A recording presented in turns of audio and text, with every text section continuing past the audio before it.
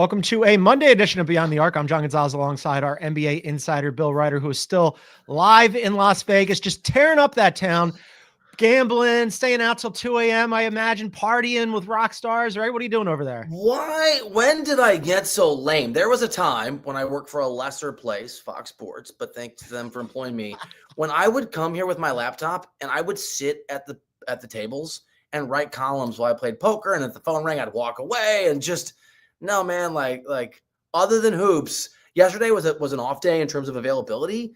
Slept in, had a nice little lunch. I played a few hands of cards. I played some cards. Okay, but then I just had an early dinner. And I went to bed early. I was real watched some hoops and fell asleep with the hoops on. Real lame. Not a lot going on. Nobody's ever tried going to bed early in Vegas. You're the first person. It's a grand experiment. I have a lot of questions for you about the NBA Cup because you've been there. You were there for some. We're going to get into that in just a second. Later in the show, we're going to discuss the Sixers being cursed. 'Twas ever thus. The Warriors made a trade. Yeah, I got a lot of questions and issues with you, Bill. The Warriors acquired a veteran guard in Dennis Schroder. We'll get into that one. We'll discuss what's on our radar following this weekend, and we'll do Team of the Night per usual. But the NBA Cup semifinals were this weekend.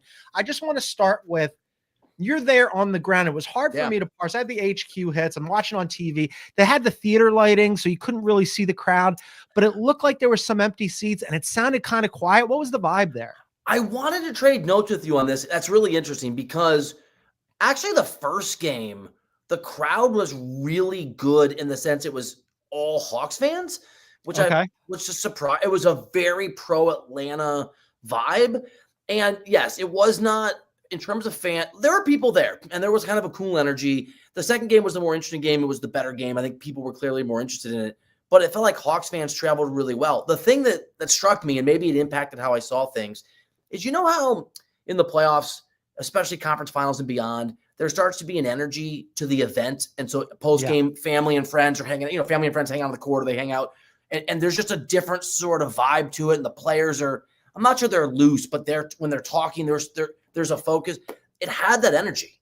Players were out in the hallway just after games, before the other game, just talking to media, shooting the breeze.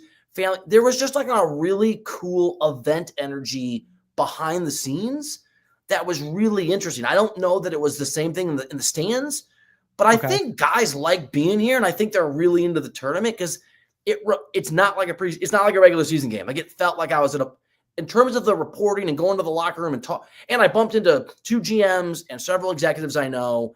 And normally they'll say hi, but they're like, "What's up?" Like there was some energy to it. I'll just say it. Sam Presti. I like Sam Presti a lot. He's an amazing. I don't know if you've covered Sam. He's very reticent for attention. You got to track him down. Sure. I was once in a bathroom and wasn't paying attention. And he walked right past me and he didn't say hi because he doesn't want to talk. Here's a bathroom. I got a "Hey, Bill" from Sam Presti. Like, oh hey man. Like I think these teams are excited to be here, and there was a cool energy behind the scenes at least. Okay, because it didn't always translate on television, and I was wondering if maybe Vegas was the wrong spot for the semifinals and finals because it's a lot of transplants, and then you've got to get people to go to the city in order to watch these games, and it sounded a little quiet at first. I thought the competition level was excellent for both games, although the shooting in the first game, in the second game between the Rockets and my God, you're kind wasn't great. We're going to get into that. But it's good to hear that there was an energy and a liveliness to the actual teams and the people associated. The first game felt quiet too, huh? Because that was I was kind of surprised how loud it was for Atlanta, but it didn't translate on TV. It looked, I mean, again, they had the theater lighting, so it's dark, right? And you couldn't, you had to get up close to your TV and you're like, are those empty seats or is that an aisle? I couldn't tell. But let's start with that first game. Let's start with the Eastern Conference. The Rockets or the Bucks and the Hawks. The Bucks end up winning that game 110-102. They've now won, Bill, 12 of 15. They are undefeated this year in the NBA Cup. I mean, they just come to play in the Cup. Giannis looked absolutely amazing. He was one assist shy of a 32-point triple-double. He had a block on Capella on the alley-oop late in the fourth quarter. Looked awesome. Dame looked awesome. It's just from a basketball perspective, and then I want to get into some of the ancillary stuff that you noted. They've put shooting around Giannis. It's maybe the most shooting he's had around him. What took so long? I'll ask John Horst. I have not bumped into their GM yet. I'll ask it nicely. You're right, they have, and And to your point, and it's always different in person, but watching him be able to just go straight at the basket because he's got guys left and right, and he's got a little more space than he used to have. I know he's not unstoppable, and I know he's not at the Nikola Jokic level, but captive of the moment recency bias, I have not been to a Giannis game, and I've been to a lot in a while where I was reminded what it looked like when he won those MVPs and when he felt like he was unguardable and unstoppable. I mean, it's that adjustment and just having the ability to have some guys who can hit some shots and space things out a little bit for him.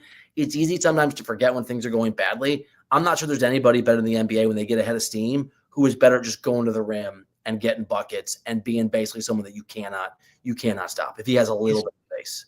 He's playing great right now. They're playing great. I think the NBA is excited that he's in the finals against SGA because you've got a marquee player in there. Not to say that the Hawks and Trae Young don't have a marquee player, but it's not quite the same thing. No, let me jump. You're right, because I actually talked to some league. So it's interesting. I talked to some folks from the league and asked what we've talked. Like, is this working? And their answer is what I told you it was, and what I sort of suspected had been told last time I asked. They're on a 5 or 6 or 7 year timeline, but they don't love the teams that are here. I mean, they really were still frustrated it wasn't the Warriors and frustrated it wasn't the Knicks. And I said to one of them, like, well, you got Giannis and the Bucks, and he goes, yeah, because it's a small market, right? It's still Milwaukee. No offense, Milwaukee. It's still not a huge market, and it doesn't travel well.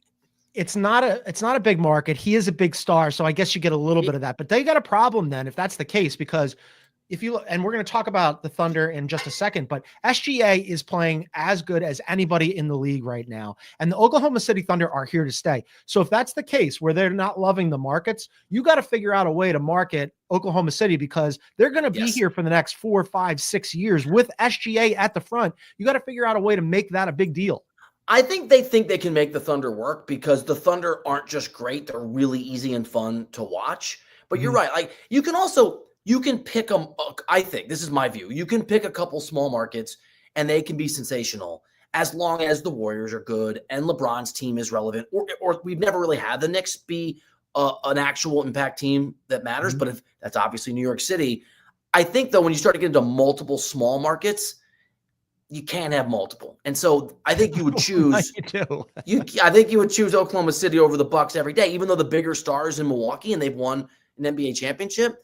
Because this is a Thunder team that is, they're not just great. They are, especially in person, they are so much fun to watch play. Yeah. Even in that early game, even in the John Gonzalez game, which I know we'll get to, like I actually enjoyed watching the game, which I usually wouldn't. That wouldn't be my style to choose. Yeah, that was a wild game. But I want to run something past you. So you do have Milwaukee. You do have Giannis. Your guy Doc doing his level best to get some attention on the NBA Cup so the Hawks end up losing to the Bucks in that game. And by the way, the Hawks could have won that game, maybe should have won that game, Bill. They killed themselves at the line.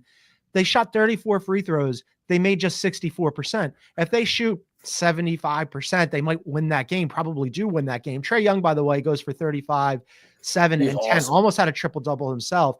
So then then you flagged this. Doc was asked about Trae Young, and he volunteered some interesting thoughts on the guy that he played. Here's what he had to say about Trae Young. I just think his ability to keep everyone involved, he's always done it. I mean, he finally broke Doc Rivers' assist record. I mean, it only lasted for 39 years, So when he came up to me and bragged about it, I said, it took you long enough. Having said that, what I think he's doing a better job of is on both ends of the floor. Defensively, he has figured out the way of keeping himself out of actions. And I know that sounds easy. That's hard to do. And he's brilliant at it. He really is. Watching the tape, we were trying to put him in actions, and somehow he kept getting out of the actions by switching and communicating. To me, what he's done is he must be really studying the game on both ends of the floor, and you can see that in his play. And he's earned the trust of his players. His team likes playing with him. I mean, it's obvious. And I couldn't say that in the past, but now they love playing with him. There's a lot to unpack here.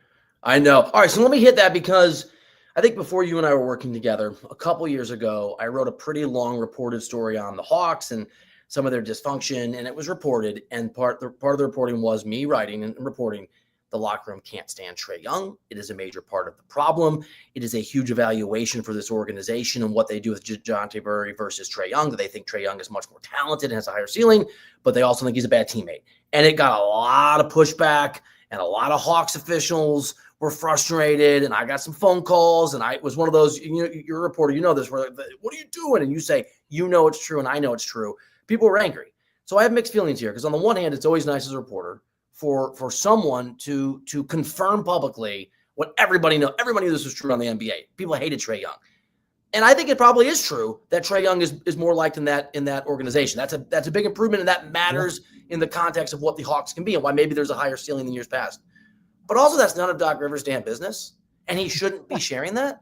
And if I disagree, I'm so glad he does. And let me say this too, because you know how this works. I talk to all kinds of people, mostly off the record, so I have to express it as my opinion if I think it's real. Sometimes I can quote them, and I'm telling you, John Gonzalez, if people in the NBA were as candid about their view of Doc Rivers' coaching ability and how he handles players and what he prioritizes and what he does behind the scenes, the way that Doc Rivers just outed Trae Young's personal business, it would make a lot more headlines than what Doc just said. I'm sure what Doc said about Trae is true, and I appreciate him confirming what I reported a couple years ago. Now I just hope someone will return serve on Doc Rivers so we can do the same conversation about that guy.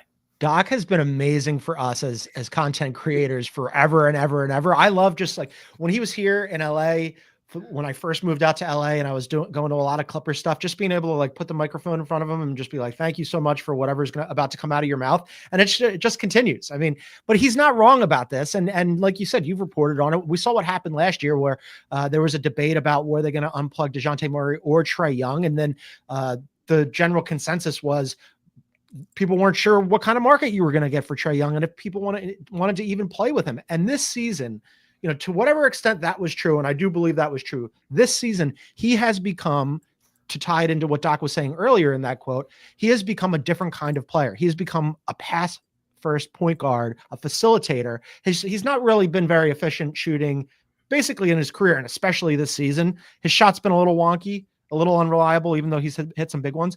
But as a distributor, he's been fantastic. And you can see that he's finding guys in spots where he's putting them in better positions, and they're enjoying that. Yeah, there is an on-court chemistry that has not been there for Trae Young and his teammates. And I don't have this reported, but I would imagine, I'll take Doc at his word, I would imagine that the off-court chemistry that was problematic in years past has been improved, because you can just kind of, those things correlate. I know you can't put it in a number. It's hard to measure, but it's just like any job. Guys liking each other, or more importantly, hating each other on the basketball court, it impacts things. My takeaway from that Atlanta game, my overall takeaway, and you're right, John, I thought, so if you aren't looking at the scoreboard, right, if you're at the game, you're just watching the game, I thought the Hawks looked as good as the Bucks or better in that basketball. Yeah. Like if you were just watching and Giannis was amazing and Lillard was really good, but my takeaway was, oh wow, Atlanta's key wins they've won this year. They beat Milwaukee a few weeks ago. They've beaten the Celtics. Right? They've won some games. They're in a pretty good position. I think it's real. Are they outstanding? No, they're not. But I think that they are a legitimate top 6 team in the East. That was what my eyes told me watching that game, even though they lost. Yeah, I mean, they've won 7 of 9, even though they lost that game, and they're almost out. They're just behind the Bucks. They're a game behind the Bucks in the regular season standings to get out of the play-in and into the playoffs proper. So, yeah, I totally agree with you. I like the Hawks. I think that of course they would have liked to make the finals, but this has been as good a stretch as you could possibly hope for with this team that had a lot of questions coming into this season. So I think so far so good for them. We're going to take a quick break, and then on the other side, we'll discuss the other NBA Cup semifinal game between the Rockets and Oklahoma City. That's coming up next. This is Beyond the Arc. The clock never stops. Relive the greatest moments with uninterrupted highlights and more. It's Gareth Bale! Ronaldo! Wonderful goal! On the UEFA Champions League channel. Streaming free. All right, welcome back to Beyond the Arc. Just a reminder, you can get us wherever you get your favorite podcast. Download, subscribe, leave a review on Spotify. Below the play button, in full screen mode, you can leave a comment and let us know what you think about the show. In the West semifinal, Bill, Rockets and OKC, woof. What an ugly first half that was. I texted you and producer Aaron defense, but I was just kind of laughing about it.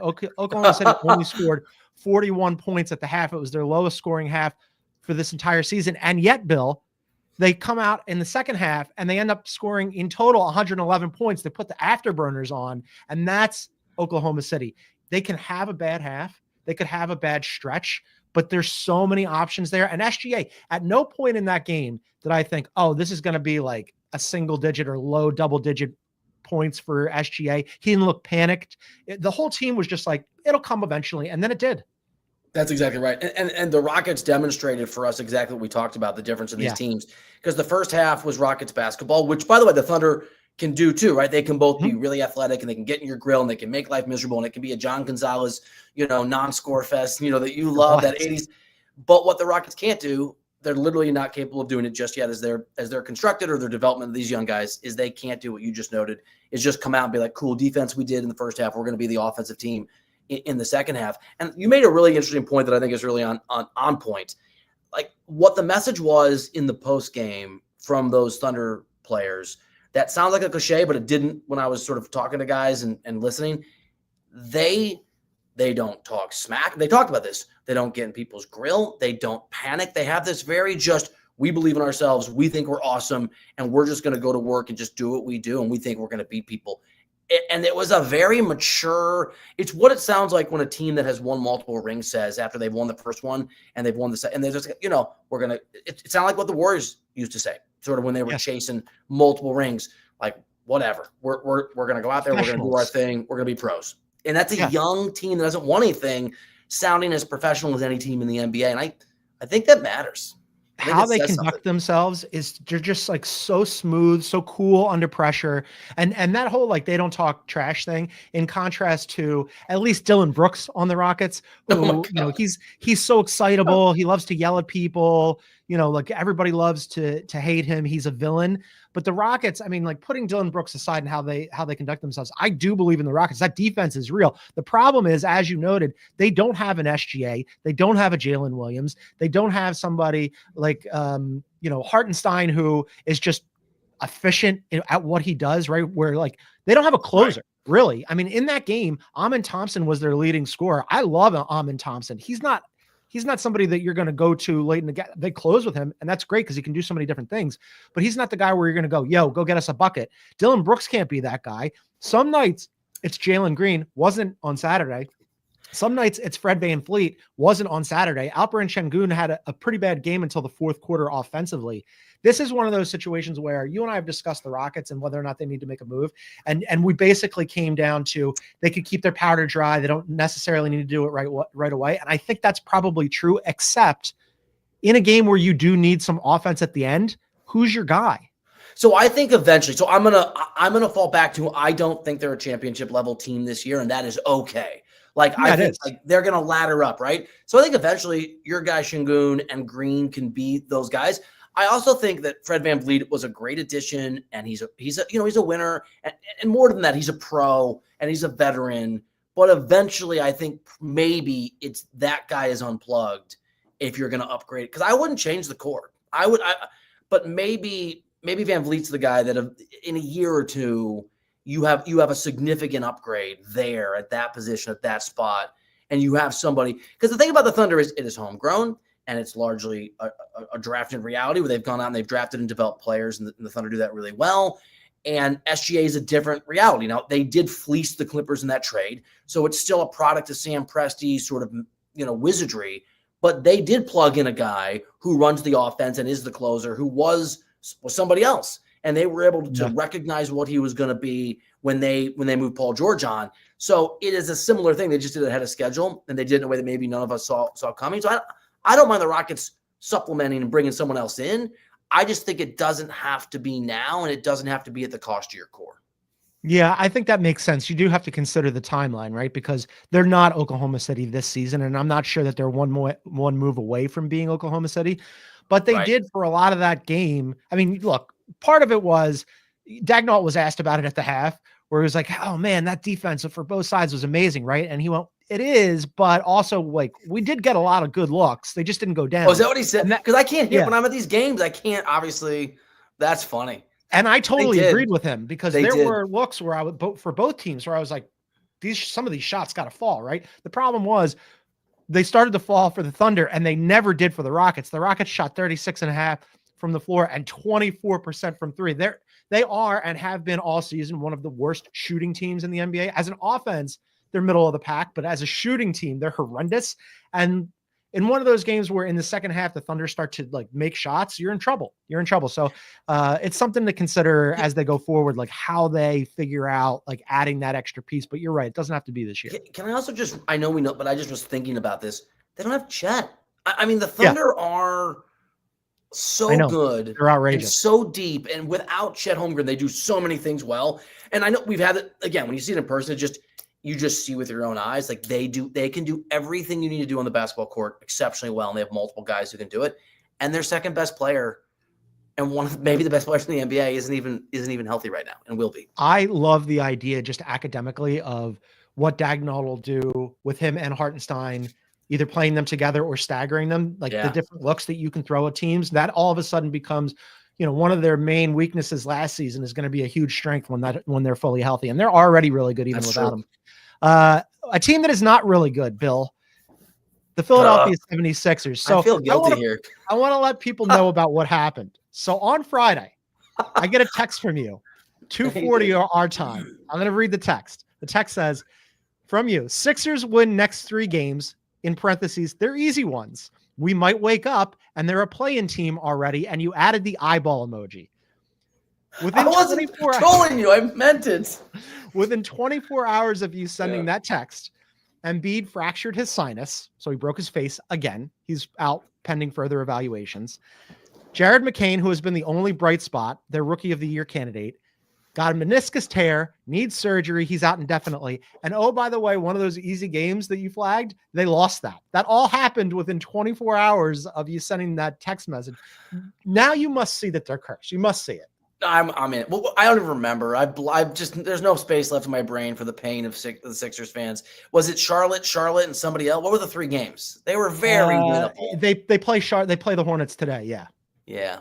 I wrote a pretty high level person with the Sixers who's usually in response, even on text message, pretty loquacious for a text message. I wrote some and I got back one word: brutal. And in the context, it was basically the conversation was over. I absolutely cursed because I don't even know what to say, man. Is this just what it's like for you to be a Sixer? Is this just, I mean, it's such a, because the thing is, I wasn't making fun of you. And before all the things that you walked us through, before the 2 injuries that sort of come out of nowhere, the East was so bad. You just win those 3 games, Charlotte and whatever game I'm forgetting. And you are literally depending on a couple. You're basically a playing team, and it's December, and it's okay. You're getting right, and that takes some of the pressure off. And you were a playing team last year because Embiid missed so much time. You took the Knicks, a pretty hard fall. I was just getting my mind around. Look, are you where you want to be? No. If you had the turnaround the Bucks have had, you haven't. But everything's fine. And then the sky actually fell and hit me and you and everyone else in the face. You know what? Like I'm laughing because like when all that went down, I didn't have an emotional reaction. There was no reaction to had. I haven't had an emotional reaction with this team in a long time because this is how it goes. This is par for the course. They played 23 games because of all these injuries and all these issues that they've had. In those 23 games, they've had 14 different starting lineups. That's absurd, right? I mean, like this is not a good team. Yes, they are in the Eastern Conference. Yes, they're only 2 games out of the play-in. They're upper middle of the pack defensively. They've actually been okay at that end of the floor, 12th in defensive rating. Bill, they're 28th in offense. This is an injury-bitten team. They can't get right. They haven't played together. Let me just run this past you. This is how cursed the Sixers actually are. So Derek Bodner, who works for PHLY, is an awesome local reporter in Philadelphia covering the Sixers. He went back and found a study about facial injuries in the NBA. In the 34 years that this study covered, they found 15 orbital bone fractures in the NBA and 1 sinus fracture. So 16 face injuries across the league in 34 years. Embiid, in 9 seasons, has had 2 orbital bone fractures and 1 so 3 facial injuries for Embiid, 16 for the league in 34 years. All right. Here's the question I have. Putting aside your very real scar tissue and your sort of lax, like I'm over it. And putting aside my sort of paradoxical feeling bad for you, but also sort of finding it funny sometimes. It is kind of funny. Right now. It is like laugh to keep from crying. Is their season over? Because, I mean, here's the thing. Brooklyn's ahead of them. Brooklyn's, I think, in the play-in. Brooklyn's not gonna be in the play-in, right? And they're gonna try. And they just traded Schroder. They're gonna try to lose. And Chicago, I believe, is just ahead of Brooklyn, if I have that right. They are. And the Bulls, I think, are bad. And the Pacers. I don't know, and Pacers, I think the Pacers can play better and at least be mediocre. Right. And Detroit's been spunky, but even with the McCain situation, even with Embiid's situation, the East is so bad. I don't think being in the play-in is the end of the world if they don't play unless you're playing Boston. But I mean, like, is the season over? I mean, because you could still be the 8 seed, right? I have a hard time believing that they'll do anything of significance just because, well, I don't know how like superstitious you are, but I look at this thing and I'm like they have been snake bitten even by their standards, which is like pretty significant. They're like one of the most like step on a rake teams in NBA recent vintage. But even by their standards, this has been really, really bad. I mean, like, I don't know. Look, Embiid has had different injury issues. The face stuff that he's had, those are just freak accidents. The way that he got hurt against the Pacers, that was a freak injury that could happen to anybody, and it just never happens to most people, but it happens to him regularly, and it's not his fault. It's not like it's not like he's got a bad face, DMP face, right? It's just like this is just something that happens, and what are the odds? But look, if you play Boston, you're not winning that series. I know Cleveland's been great. I know they look amazing. I know the offense is vastly improved. All the things we've discussed. I know it sounds crazy, but a fully healthy or nearly fully healthy Sixers team in April, where they played really well the last 6 weeks, I don't think they're not an absolute dog against the Cavs. They're just not. They're just not. They're not. What would it take? This is it's almost I'm almost like inspired by it, but what would it take for you to finally be like, you know what? I think I'm out on the Sixers. Like, cause you're always your default position is generally like, well, I could see the glass half full here because they do have Embiid, and it's only since Doc Rivers left. And it's crazy. It's crazy to me. I want to know what event would need to transpire for you to finally get out on this team.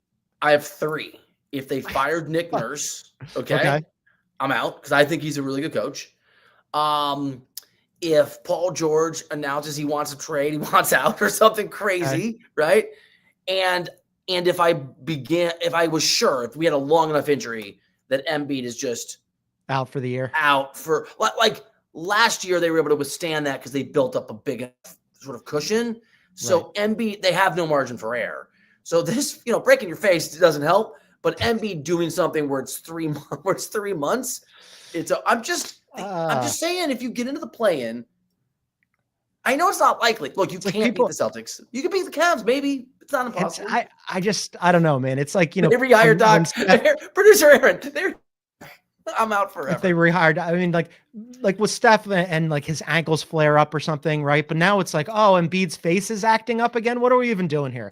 We're gonna take a break, and then on the other side, we're gonna talk about producer Aaron's Warriors, who acquired Dennis Schroder in a trade, pretty significant. We'll discuss that next. This is Beyond the Arc. Welcome to JJ's. I'll have wait, there's no way I can get a burger? No chance, but you can have the NFL on CBS streams live on Paramount Plus. Oh, hang on. There's a toy.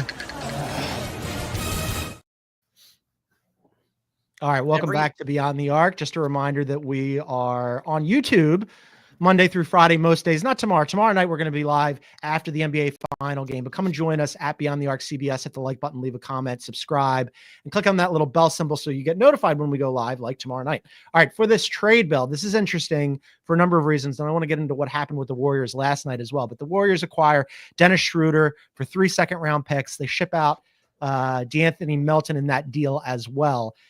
Dennis Schroder, offensively, this has been the issue for the Warriors this season. They've been pretty consistently good defensively. They needed a backup point guard. They also think that they can play Schroder side by side at times with Steph. It's going to be interesting to see how Kerr deploys him, but I like this trade for them. I love it. I was in Brooklyn a couple weeks ago, and I was talking to some of the folks in the organization, and they were talking about, lamenting with a smile how well they were playing, sort of. And I brought up how well Schroder was playing. And you got one of those like, yeah, it's great. It wasn't great. Ways, right? Because they get him off the roster. They do. This is everybody wins. I love it. I love it for the Warriors. And yeah, you noted this. I think Shams had the report, and his reporting included that the Warriors think that they can start this guy with Steph, and that he can take some of the ball handling responsibilities. And I know you know this, but this is different than say somebody coming in to sort of run point when on a Trae Young team, where if Trae Young doesn't have the ball, see DeJounte Murray last year, right, he stands at the corner. When you take the ball out of Steph's hands, right, when he's not running the offense for bringing the ball up, Steph's moving. He's still amazing. There's so much gravity he creates. Yes. And so it's not like it's just like, oh, Steph gets to take a play offer. It's like it actually frees up Steph to do the things that he does, and his movement is so incredible that it actually opens up the entire offense sometimes counterintuitively when he's not bringing the ball up. And so I'm really curious to see how it works when they play together if he starts, and I'm really curious, and there's time on this, and I know we have not been laudatory about maybe Steve Kerr's rotation decisions. I'll be curious if he closes too, if it works, like to what degree they think he's part of a closing lineup. Yes, I have a lot of questions here.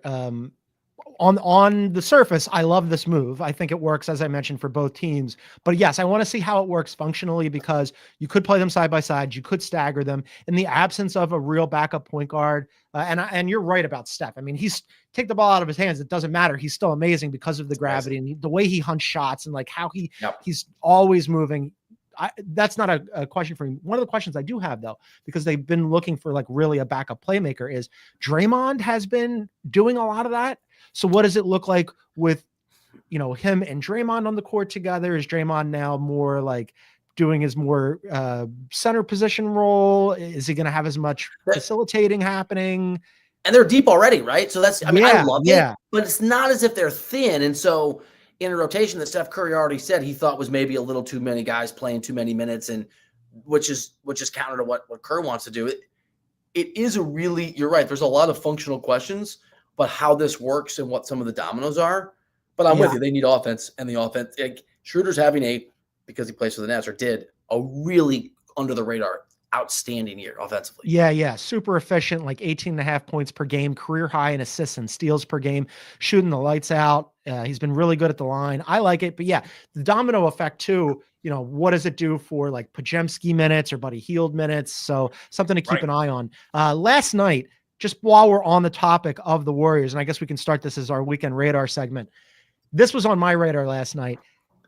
Those two teams went absolutely nuts. They combined for an NBA record 48 made threes. Bill, this is a night where the Warriors tied their franchise record in threes. They lost the game shooting 47% from the floor and 50% from three, because the Mavs shot 60% from the floor and 51% from three. Like an absolute offensive explosion from these two teams. And like, I don't know, producer Aaron brought this up. Have we not paid enough attention to the Mavs? We have not paid enough attention to the Mavs. I have not paid enough attention to the Mavs. And I think that it speaks to the fact that most of us, and I'll speak for me, I thought that the Mavs run last year was great and sure, well-deserved, but it felt like a down year for Denver, and the Timberwolves didn't quite elevate the way we thought they were going to, and the Thunder weren't ready for the responsibility of having those expectations. I thought what Dallas did was a one-off, was a flash in the pan's, a little strong, but a nice run for a team that's not going to do it again. And I have to reevaluate how good I think this team is. And I'll say my weekend radar was, in the context of this, it's nice to see Klay play well. And I know we haven't had a lot of these, but we had a couple games in the last week and a half where Klay Thompson has looked really good. And I don't know that these shooting percentages are going to be normal, but if Klay is an offensive weapon in big moments, and you have nights where Kyrie and or Luka are on, that's a more dangerous Dallas Mavs team, to your point, than they were last year. It's a big think we should. Yeah. I mean, like that.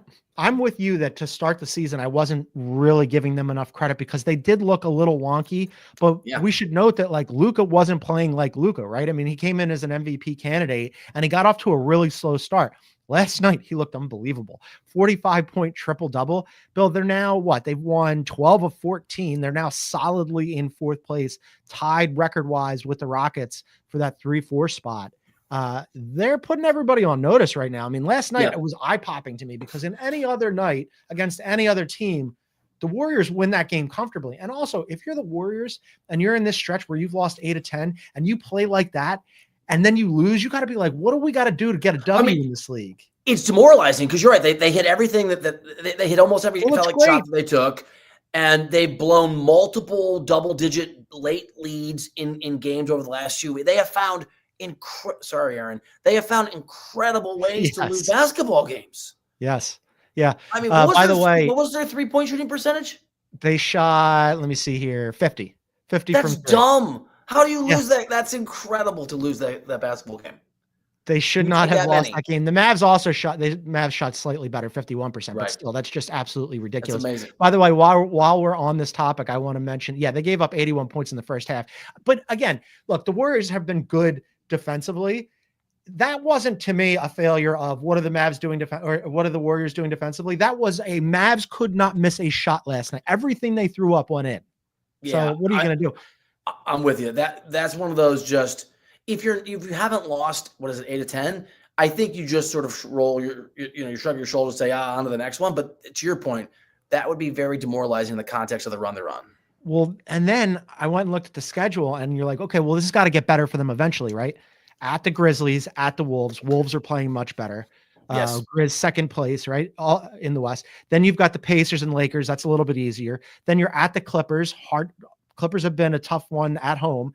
And then you're home against the Suns. KD is playing all of a sudden. That's a tough game.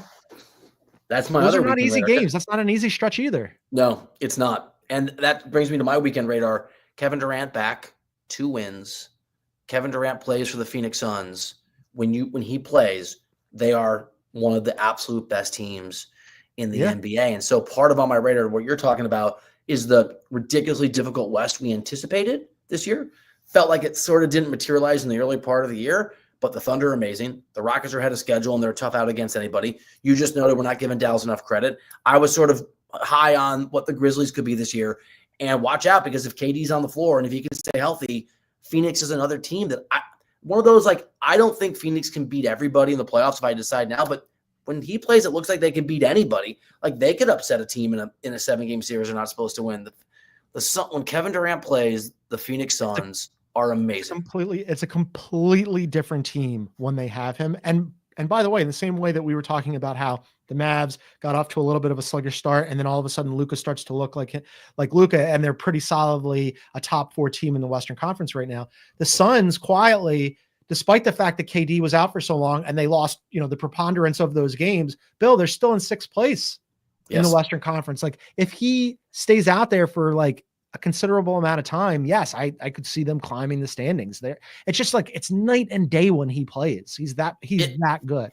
It's too early to have like deep MVP conversations, but in the back of my brain, I've been thinking over a longer sample size.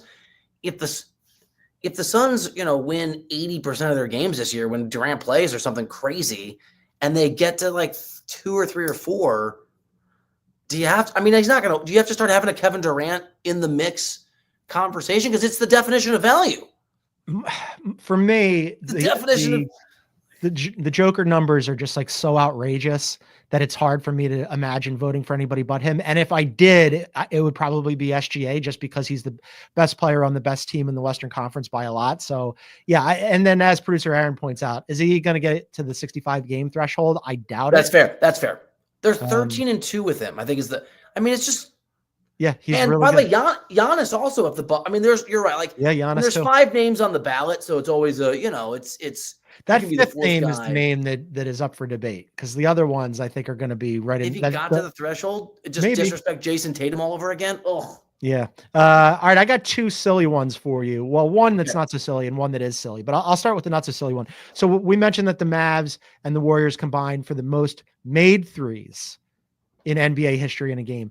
Prior to that, on Friday, I believe it was Friday. If it wasn't Friday, it was definitely this weekend. The Hornets and the Bulls combined to miss the most threes in a game in regulation in NBA history. Bill, they missed 75 combined threes. That's a lot. And this is a question, because you and I do this for a living. We love basketball anyway. We'd be watching the NBA. For the casual NBA fan, I've seen this like this conversation on social media, on Blue Sky and Twitter, where people are talking about the game, the ratings being down, and how, like, I guess the groupthink is that too many threes is boring. They don't like it. It's a math problem, right? Is it? Have we been missing this story? Because that's a lot of missed threes. I think that there might be. I don't. By the way, the ratings are down. I mean, it is a. Yeah, I know. Like that is that's a real thing. Yeah, because are they connected? I think they are. The thing is, I think that the game, if you have to shoot threes to compete in the NBA, and you do, and you're not good at it, then what you're describing becomes like this ugly game. Like jokes aside, I'm here for a 90s style basketball game where I'm here for the Rockets, right? The Rockets don't shoot well, but they play great defense and they sort of get into what they got to do. And the competitiveness matters too. And some of these teams, and I did not watch that game, but some of these teams, when those things happen, it's not watchable, which I think is different. There are watchable bad teams. There are watchable bad not scoring games. But some of these games are just unwatchable. And that's a problem. Yeah, I mean, there's clips circulating on social media where, like just mashups, highlight clips or low light clips rather, of just, teams running back and forth, jacking up threes, in transition and missing them. And it's like, okay. And I tend to be defensive about the league because I love basketball. And I'm like, no, this product is as good as it's ever been. And I really do actually believe that. But then there is obviously a trend towards everybody must shoot as many threes as possible. And if it's not a three, it's got to be a layup or a dunk. And not like I love the mid-range game or anything like that. But, at some point there is a question about whether or not, this is good for the game. Sam brought this up. I wanted to see if this, we'll talk about it too on overreactions tomorrow, but he had an idea that maybe there should be a 3-second violation for corner threes as well. So you can't just plant a guy in the corner. It would make more movement happen rather than guys just running to their spots. I kind of like that. Okay. It's an interesting concept and I'd have to process it. I think that if you have to start instituting those kinds of rules, you might have a deeper problem. Well, I mean, they did it for 3 in the key for defense, right? I mean, I get it. I mean, here's the thing. This reminds me of baseball and the talk about sort of there's 3 outcomes now that most baseball teams sort of accept: home run, base on ball, strikeout. That is not entertaining baseball, but the math tells you that's a good outcome. Should the NBA go further and find a way to tweak the sport so it's harder to make threes? Move the line back. Yeah, I don't know move the line back. That's probably the actual outcome, even if you have to change the dimensions of the court or do something crazy. Because if the math that leads you to victory is also going to create a product that's not interesting enough that you're going to lose market share and people watch sports, GMs and coaches and players aren't going to say, oh, well, if it's bad for ratings, then we'll give up our advantage. You're going to have to find a way to take away the advantage a little bit. Yeah. Something. But the thing is, I like the flip side of that is like watching the Thunder play. Like or a lot of teams like the Warriors 4 championships, 2 of the times that they won a championship, they had the best defense in the NBA. So you can also do both, right? Like, so I don't know how you incentivize. And this brings me to something that's on my radar. And I know they tried to sort of work against tanking. I don't know how. Can I just shout out the Wizards for just 3 wins? 3, and what are they, 21? I mean, way to go. I mean, you've really committed to just, speaking of ugliness. And that's another thing is like, I know the NBA is trying to generate more competitive basketball through a variety of levers. 65-game threshold minimum for awards, punishment in theory for guys basically load managing. This tournament I'm in Vegas for to create games that matter. But you have a team that is taking the season off. The Washington Wizards are taking the season off. Shouts to the Wizards as I wear my Washington Bullets hat. They're 3 for 20. No, that was an accident. I didn't know you were going to do that, but they're 3 for 21, 3 and 21 rather. And the wins came 2 against the Hawks early when the Hawks were injured. And then they somehow beat Joker and the Nuggets, which I still don't understand how they pulled that one off. Last one on my radar that I wanted to run past you, and you were there for this, so I wanted to see how this hit you. But as somebody who consumes a ton of NBA content, somebody needs to explain to me in the league office why they're signaling an 8:30 tip-off for these national games, and it's mostly an ESPN problem because TNT isn't as bad about it as ESPN is. ESPN is egregious about it. But national games, everybody's excited. 8:30 tip-off. By the time they actually tip, it's 8:50. What are we doing? I don't know, but I've had sample size of 3 people. That's a really significant math sample size, right? Statistically relevant. I've had 3 random people in my life complaining to me about it. Just like random, like you're an NBA guy. What the bleep's going on? I don't know. I can ask. I'll ask some guys today or tomorrow. Soccer, Premier League, they say that kickoff is at 8 o'clock. It is at 8 o'clock. And you turn on the TV, the game is going. I turn on the TV. Late. I'm getting 12 more minutes of randos coming in and talking and reports and whatever, which, by the way, they're all very talented randos. And I think that you do a great job. And there's a place for that. I want to hear the discourse. I want to hear, especially the inside the NBA TNT guys. But when you tell me tip-off is going to be at a certain time, I'm ready to go watch basketball. That's all I'm saying. Producer Aaron points out that West Coast games, maybe they'll push it back a little bit, try to get people on the coast, but that doesn't apply to what happened on Saturday because it's a weekend. I mean, those were 2 Saturday games, and I made them, so at games when you go to the arena, they put on the shot clock at a certain point, they count down to tip off. And I was talking to somebody sort of important, and the conversation ended, and I kind of looked around, and I saw a few people like, oh, I got to go out to the floor. I walked out to the floor.